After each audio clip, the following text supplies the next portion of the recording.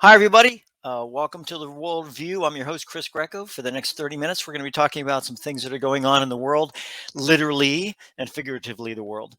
Two areas that I want to cover today concern two pieces of the news that have just been overwhelmingly prevalent throughout the last week or so. The first one we're going to talk about is going to be the West Bank.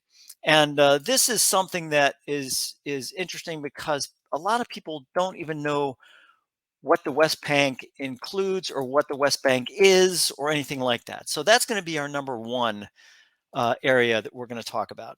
The second area is going to be the Chinese spy balloon. Now, you've heard a lot of stuff about this. And I get it. It's a high degree of emotion. It's a high degree of, what are we going to do? Shoot it down. What are we going to do? All these different things. Look, what we're going to talk about today with this Chinese spy balloon thing is the idea behind it and what exactly it does and all the other things go along with that. Something you have to remember here is that, and I think this is very important, is that the media does a lot of things to try to impart emotion. That's 99.9% of why they do what they do. The stories they cover, the way they cover them, the things they do, it all has to do with trying to garner some type of emotion, anger, panic, happiness, sadness, all the things that they like to do is to be able to get people to read or be able to see or view or click or whatever it is on that story. That is extremely important. And this thing has been going on and going on and going on. So I want to cover the West Bank first, then I'll cover the Chinese spy balloon deal. After I'm done with the Chinese spy balloon, I know that there are going to be people that are going to be sitting back on, Chris, you're trying to confuse me with facts, and that's exactly what I'm trying to do. This is kind of it's a conglomeration between the data show, which I do, which talks about data aspects, and the worldview, which talks about geography and culture and all those other things that go along with that. So, with all these things that go along, I think it's important to understand exactly why we cover what we cover and why we do the things we do. So, without further ado, let's cover the West Bank. And the first thing we want to do with this West Bank is to make sure we get to the geography. So, because this is the we're going to talk the world. So here we have Google Earth Pro, which I love using on the show because it does a lot of good things here. And basically what we're going to do is we're going to go to the West Bank. Now, uh, the West Bank you might think is huge, it's large, whatever else, but in actuality, it's not that big. So it's located in the Middle East. This is the Middle East right in here. We're going to go to Israel. And here you're going to find, here's Israel, here's the West Bank, the Gaza Strip. So we've already talked about the Gaza Strip, but let's talk about the West Bank here for a second. So basically, this is the West Bank. And, they go, well, what's that the West Bank of? Well, the West Bank of this river, basically, Jericho. So this is what we're talking about. So that's why we have this river. Now, what's this river called? Well, let me give you a hint. What's across the way from it? Across the way from it is a place called Jordan. So what do you think this river is called? I'll tell you what, we're not even gonna provide you that answer. I'm sure that it'll come to you when you take a look at the country Jordan, and then you have this river. All right. So this is the West Bank area. Now, right in the middle of the West Bank, not middle, but is Jerusalem. Now, everyone talks about, wow, Jerusalem. I never realized that Jerusalem, yeah, Jerusalem is right here, folks. And this is why it's basically kind of a split city here, is because we're talking about it's in Israel, but it's in the West Bank. So it's that type of area. So this is the geographic aspect of what the West Bank is all about. And as you can see, it is in Israel. Okay. So now that we've done that, let's go to the actual briefing on the West Bank. This is according to the CIA World Factbook. A lot of stuff that they have in there. I tell this to you again and again and again. It's www.cia.gov, and then go to World Factbook. I mean, it's not that it's very easy to do. And there's just www.cia.gov, and then you go to World Factbook. It's all done, you know. So this is about the West Bank. So let's talk about the history. Now, the population of the territory itself is about 3 million people. Now, just to give you an idea, this is the territory we're talking about, and I always like to measure these things for you. So this we're going to do it from here. So we're going to do a line from here to here, and from here to the river is going to be about 32 miles, and we'll clear that. So 32 miles by about 78 miles.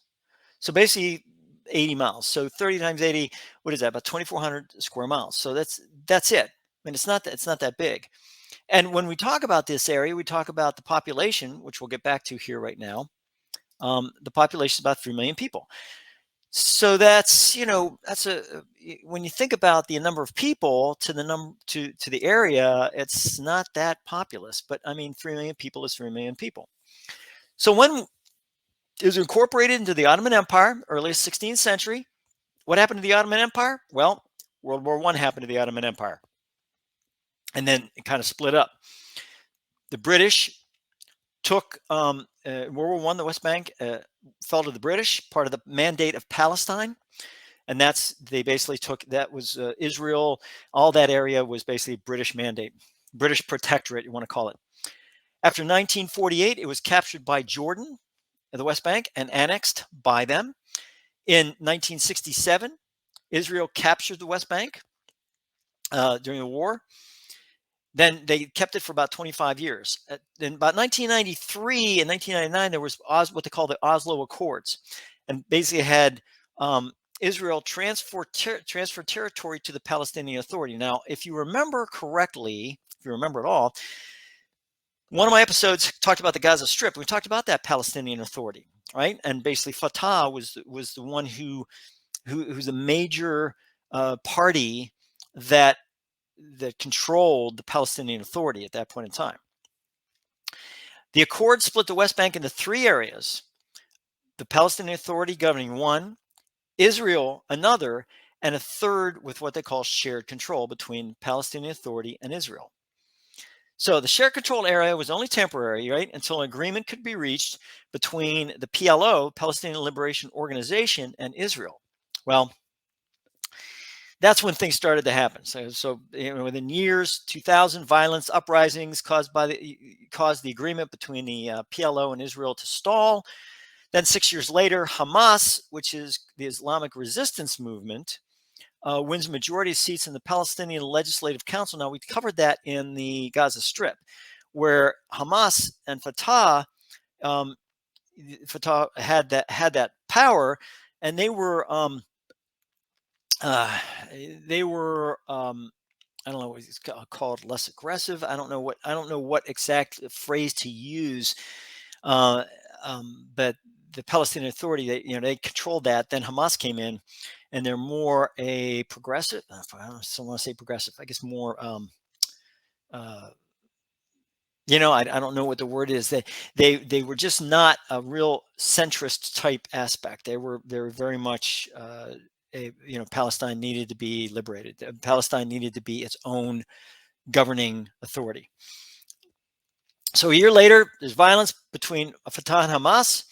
That leads to violent seizures of all Palestinian Authority military and governing in the Gaza Strip. And that we covered that. 11 years later, Palestinian Constitutional Court dissolves the Palestinian Liberation, or the Palestine, what they call the PLC, Palestinian Legislative Council, and then there's still no progress between Fatah and Hamas. So currently about 60% of the West Bank is under Israeli control. So why am I having this on this show? Why am I doing this right now? First of all, you have to explain what the West Bank is, because people don't understand where it is or how much area it actually covers. There's current violence in the West Bank. It has spread from Gaza into the West Bank. Israeli forces used tear gas, rubber bullets, live fire to quell riots. That was in 2019. That was 4 years ago. Today, 4 years later, there's still unrest in the West Bank, and a couple of these violent aspects has killed some people. A reporter, a journalist, ended up getting killed as a result of that. There's a lot of things that have happened that have really brought more and more attention into that area. So it started with the Israeli raid on a Palestinian refugee camp. The raid was said to prevent attacks on Israel. In January 2023, the Palestinian opened fire near a synagogue in Jerusalem, killing or injuring 17 people. Israeli soldiers and police detained individuals for questioning. Hamas in the Gaza Strip and Islamic Jihad have called for retaliation as a result of that. So, I mean, this is basically what's been happening in January, which is when I'm making the show in February. So all that is it's still ongoing. What are the other countries doing? Russia, China, EU have called on both Israel and Palestinian Authority to ease the violence. Pope Francis called for calm and swift solutions to conflict. You don't even want to get me started on Pope Francis and the Catholic Church. I am Roman Catholic, and there's a lot of times I get it. The Pope needs to go out. He needs to pledge peace and whatever else. But the Vatican, they're their own country, which means that they could also provide peace funding, humanitarian aid, all the things need to go along with that. I'm hoping that they're doing that as well as calling for swift and calm. U.S. Secretary of State visits Cairo to speak with the Egyptian president. The Egyptian president wants guarantees that Palestinian rights will be preserved as well as the peace that they are trying to talk about. So, I mean, remember the last show? Egypt was at one time in charge of the Gaza Strip. It literally was a part of that as part of the Israeli Arab War. So this is what's happening, and currently there's a lot of violence. It's escalating, and so when will it end? Israelis and Palestinians both want the same thing. They want sovereignty and they want security. And the U.S. is starting to understand what it's like to have two factions within one country, right? that want to know that they are secure, right? I mean, we sit back and we go, gee, why can't the Israelis and Palestinians have peace? Really? How about look in the mirror? Look at the United States and see what we're going through right now. And sit back and say, do we want to have peace with our brother? Do we want to have peace with other people? Do we want to do that? So, I mean, think about this. This has been going on for centuries. This Palestinian, the Arab and Israeli conflict. I mean, my God, we talk about Moses. I mean, come on. So these things have festered throughout time indeterminate. And basically, we sit back and we go, geez, we need to have peace. Really, why don't we start with our own country, and work those issues and figure out how to do that, and then maybe carry that over and figure out how we can have peace in the Mideast. But it's the Mideast that has to have peace, not U.S. going over and attempting to be an American within the midst of Mideast aspects and saying, oh, this is what needs to be done because we as America, we always want people to have peace. Sorry, I get into some political aspects here, but I mean, the bottom line is this. As long as we are at the level of Maslow's hierarchy of needs, that basically says that, the bottom level is physical needs. You have to have, you have to have food, you have to have, a roof over your head. You have to have, in other words, those things that are just basic to human survival. And then what's above that is security, the ability to walk out of your house and know that you're not going to get shot, that you're not going to get, a sniper's not going to kill you. Those are the types of things that need to be in place. We do that right now, in the United States. And sit back and kind of take it for granted, and some people in the United States can't take that for granted. So it's really difficult to be able to figure out when will this end. Peaceful coexistence is something that's hard to achieve. It's not impossible. It's just very, very difficult. Now I'm coming at you from a show perspective. If I ever sat down and tried to figure out Israeli-Palestinian issues, the history is there. That's it. Have I ever gone over and tried to make peace with them? No, I've never gone over and tried to negotiate that. So I'm speaking from ignorance from the standpoint of how much effort or what types of effort have been done. All I know is, again, what you see in the media, right? Lots of violence, lots of disruption, chaos, brick throwing, killings, all these different things that go along with that. And it's, it's such a shame. We need to do better. Well, we need to do better. I think to show people the peaceful coexistence that we exist here in the United States helps others to understand how to peacefully coexist. And I think that is very, very important. And again, as on my soapbox, so that's what I have. And these are the references. I put them up on the screen just to make sure you know. I just didn't pull this stuff out of the air. These are the different sites I went to be able to grab up these bits of facts that we're able to do that. You're more than invited to go out to these sites and take a look at this and do a more thorough reading on this area. So that is what we talk about when we talk about the West Bank. So now let's shift gears and let's go all the way over here. We're going to go from the Mideast all the way over to a place called China. And we have to sit back and take a look at China here for a second and talk about this Chinese balloon thing going on. So this is China, okay? And then this is the United States. All this water is called the Pacific Ocean. And then all of a sudden you come over here and you come to the United States. And we sit back and I think sometimes we kind of take that for granted that we have such a long distance, between these areas. So let's talk about the Chinese balloon thing, right? So first of all, it was spotted over Montana. And then, interestingly enough, it was also over North Carolina. So this is this here. And what we're going to do is we're just going to do a little path here. So I'm just going to figure out a little path. So we're just going to go from Montana. We're just going to kind of go through here a little bit, and then we'll just go through up here and then back down again. So this is kind of, I'm assuming this is the path. And the way I'm assuming that is a couple of reasons. One is they say it was steerable.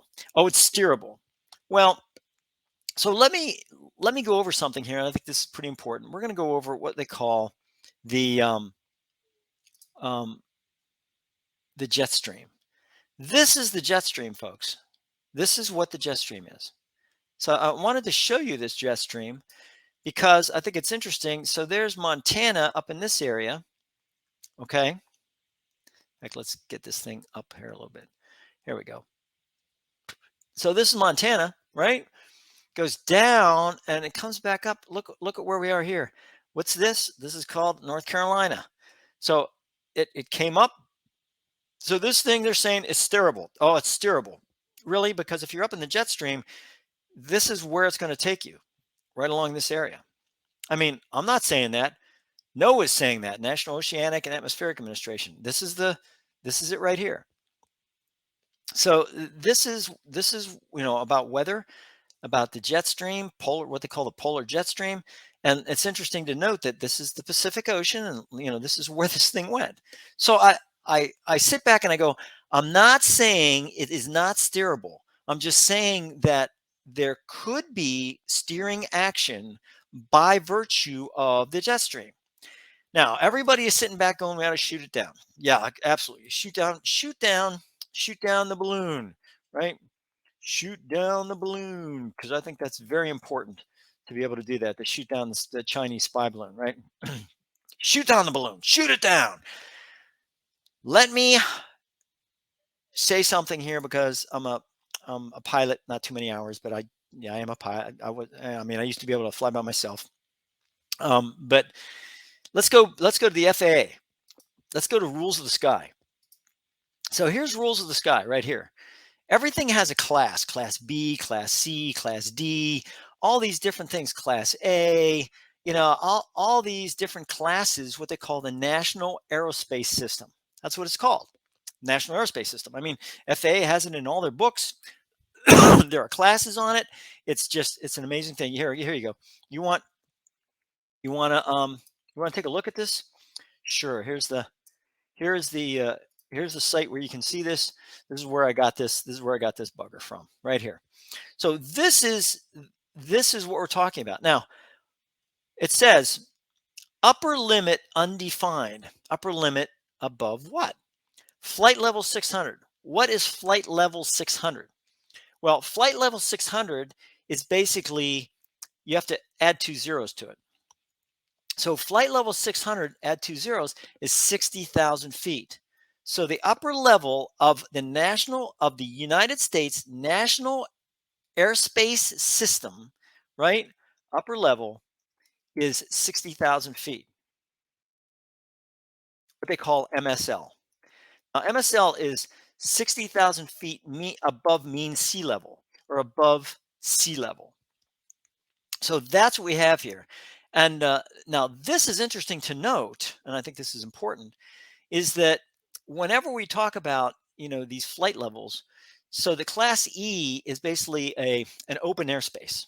It's an open airspace. It's not controlled. It's a non-controlled airspace. This balloon, the last altitude that they said it was flying was somewhere 60,000 feet or above. Guess what?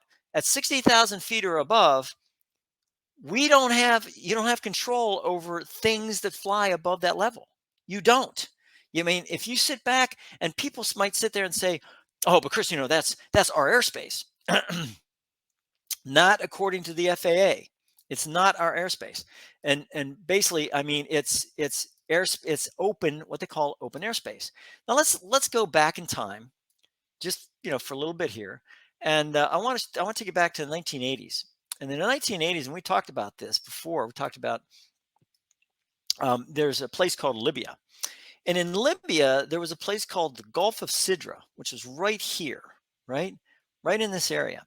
And basically, what happened was that Muammar Gaddafi drew a line right across here like that, and he called it the line of death. Now, here's how it really works. The way it really works is that you actually have a 2-mile or whatever it is, the international waters, and it goes along the coastline. So really, it would follow the coastline like this, right? So this is really the real border, that what they call international waters. International waters would be this way, and then your territorial waters would be this way.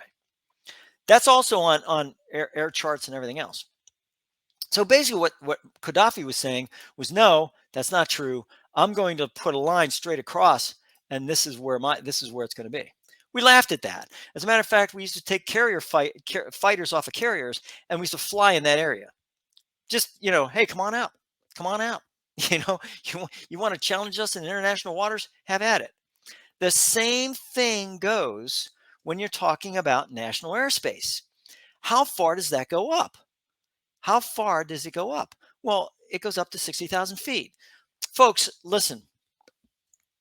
If it goes above that, then that means, what are we going to take it up to? Infinity? That means satellites flying over the U.S. Think about this. Satellites flying over the U.S. can be shot down because they are encroaching in our space, literally our space. So if they encroach in our space, we get to shoot them down. Well, think about how ridiculous that sounds. It's absolutely ludicrous. So basically what happens is the minute it comes into Class A space, now we have the ability to go up there and to do whatever we need to do to be able to clear that thing from control, from basically what they call uncontrolled airspace. But it is controlled airspace because there are civilian aircraft flying in that area. There's jets flying in that area, military aircraft. It's Class A. There's instrument flying. There's a lot of things going on in that area. So basically what has to happen is that until it comes down into this controlled area, we can sit there and say, well, it's not really a controlled area, but it is for instrument flying. And that's basically what we have here. So that's once the upper limit is undefined, which means that it's a Class E airspace, uncontrolled, and the upper limit is undefined, which basically we've said that Class E airspace goes up into space that doesn't have air. So, I mean, this is where we have a problem with being able to control the things we need to control down in here, you know, and we're trying to control things up here. If a balloon goes above 60,000 feet, it is an uncontrolled airspace, folks, which means that it can fly across our area without a problem, and it should not be a problem. And I get this. I understand. I do not know what China's national airspace looks like, but we have ours very much here. Now, if the U.S. Congress wants to go back to the FAA and say this upper limit is undefined, that means it goes up to infinity. That means that anything crossing that area is in. Are we going to make that controlled airspace? If we make that controlled airspace, then you make it controlled airspace all the way to whatever heaven, and then you can shoot down whatever you want to shoot down. But until that time happens, this is uncontrolled airspace. I don't need permission to fly up in that area. I don't need anything. All I need to do, I can put an aircraft up 62,000 feet if I could build one like that, and basically fly it right across the United States at 62,000 feet. And guess what? You really can't touch me. Not by the law. You can't touch me. I'm not in. You might call it international space. If you want to call it that. So that's what we talk about when we talk about those areas. So this is, people need to sit down and get their facts straight on this stuff and be able to understand what's going on. So that's why I bring up the Gulf of Sidra thing and all those areas, is because I think it's very important to understand what's going on. So that pretty much is what we talked about today. We talked about the West Bank, and we talked about the history of the West Bank. Got a little bit political, and I'm sorry about that. Just I can't say that will never happen again, but I'll try to stay away from that stuff. And the Chinese spy balloon, which, enough is enough. I was in intelligence. I was in Air Force intelligence.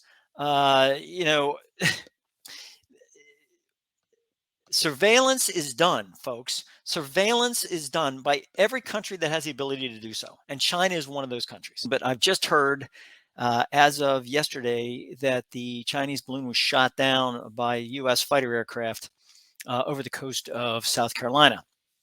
Now, first of all, I want to share something with you. I want to talk about this for a second and talk about this from a worldview perspective. So, first of all, it's very important to understand that we have the ability to shoot down areas, especially if they're in our air defense zone.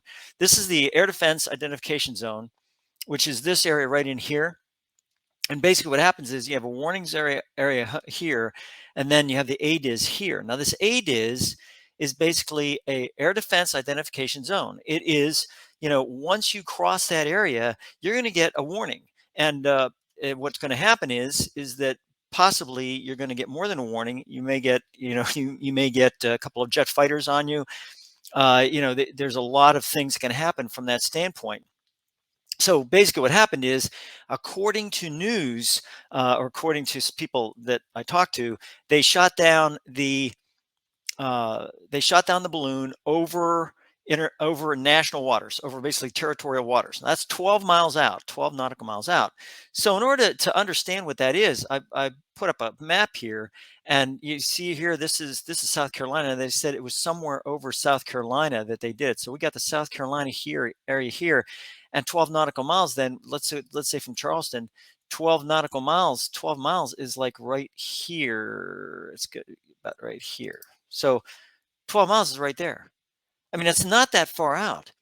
So interestingly enough, anything outside of that area, when we're talking about 12 miles or 20 miles or whatever we're talking about from territorial waters, even if it's 20 miles, the 20-mile area, let's say, would be here. So again, not that far out.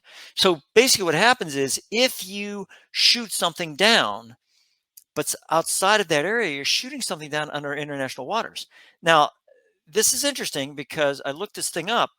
and basically it's this is a share.america.gov, and it talks about international waters. And basically what happens is that, you know, even in territorial sea, all vessels, including military vessels, have the right of innocent passage. They may expeditiously transit territorial waters as long as they do not engage in certain specified activities deemed to disrupt the peace, good order, or security of the coastal state. Now, basically, what happens is that we've made a judgment. The judgment is the Chinese are surveilling the United States and are doing it through that balloon. The Chinese state that that's not true. Now, whether or not they're telling the truth is something, you know, you can kind of flip a coin at.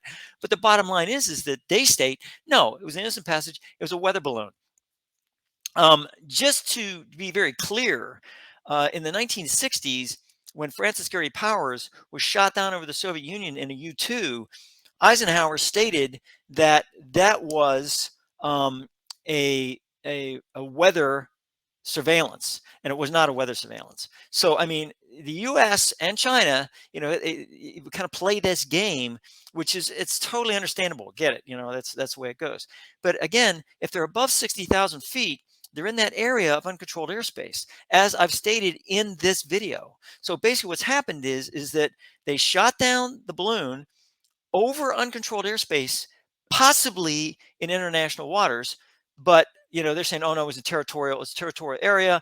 They're in the ADIZ, and if they're in the ADIZ, of course, you know, they have every right. They have every right, especially if the situation is such that it presents a threat, any type of threat, they can shoot that. They can shoot that balloon or anything else down." So I think but I just think it's really interesting that this is contiguous, as you can see, contiguous U.S. ADIZ. I mean, it's a really straight line all the way across that coast, and I think that that's kind of important to understand exactly how that works. So this is I wanted to just put this at the end of this area, of this video, just to make sure that you understand exactly what's going on. Also, let me ask you a question, and I think this is kind of important at this point. Is um, what are they going to gain? What is the U.S. going to gain by going out there in international waters now? Because I do not understand how this thing is going to fall in our territorial waters, but it's going to be in international waters, which means if it's international waters, it's Chinese property. The Chinese have to say, okay, you can have our property. It'd be the same thing as trying to grab up a sub, um, in international waters. Now we have done that type of thing before, but you're talking about, the Chinese watch this thing go down, and they have trackers on that the same as we do. So it'll be interesting to see how that turns out in the Atlantic when they go out there and attempt to salvage this, because it's Chinese property. It's the People's Republic of China property here, folks. You're going to go out there, and we're going to have a war over basically twisted metal. And I'm going to tell you right now, the Chinese are not stupid. I was an intelligence officer, all right? The Chinese are not dumb. I'm going to tell you right now that when they saw the thing shot down, if they had any self-destruct on those areas, they're going to self-destruct it, and all you're going to get is a bunch of twisted metal even when you salvage it. So, I mean, this is a situation where we have to take a look at all this whole thing and say, is this worth U.S. ships going out there, possibly having confrontation with Chinese ships, if they're in the Atlantic at all, which I can almost guarantee you they will be. But if not, if the Chinese tell the Russians as a proxy, go get our stuff, and the Russians go out there, then all of a sudden, we're going to have a naval situation out in the middle of the Atlantic. So yeah, all these things could happen. I'm hoping they won't. It's a situation where just cooler heads will prevail, hopefully. But shooting this down, period, to me was a waste of a missile. I think that they should just let it go. It would have gone according to the video. It would have gone out with the jet stream at 60,000 feet or above, and it would have gone across the Atlantic and probably ended up, believe it or not, probably would end up in Russia. But it would have, worst comes to worst, would have headed over Europe. Let Europe take care of it. If it goes over Europe, and Europe has this national airspace thing where it's goes all the way to whatever infinity, and it's controlled, then they can go ahead and shoot it down. So the bottom line is that they should just let it go over Ukraine. Ukraine will shot it down. So the bottom line is this, I think that we first of all, we as a country overreacted. The media did this. The media overreacts about everything. They get these videos from this person with a with a freaking camera, and they decide that they're going to publish this thing and say, "Oh my God, we're being invaded." Cut me a break. So I just, cooler heads prevail, folks. Get the facts, figure out what's going on, and then make your judgment based on those facts. Thanks very much. I'm going to go ahead and continue on with the rest of the show and my goodbyes. So see you later. Bye. A lot of good information as a result of watching the worldview, and then that you'll continue to see these episodes as a way of imparting that information and a way of making you smarter, or at least giving you references with which to go to, that you can find out more and more about the world, and more and more and more about different aspects about the world and what it exists and what it does. So thanks very much for watching, and until next time, this is Chris Greco saying, always have a worldview. Take care.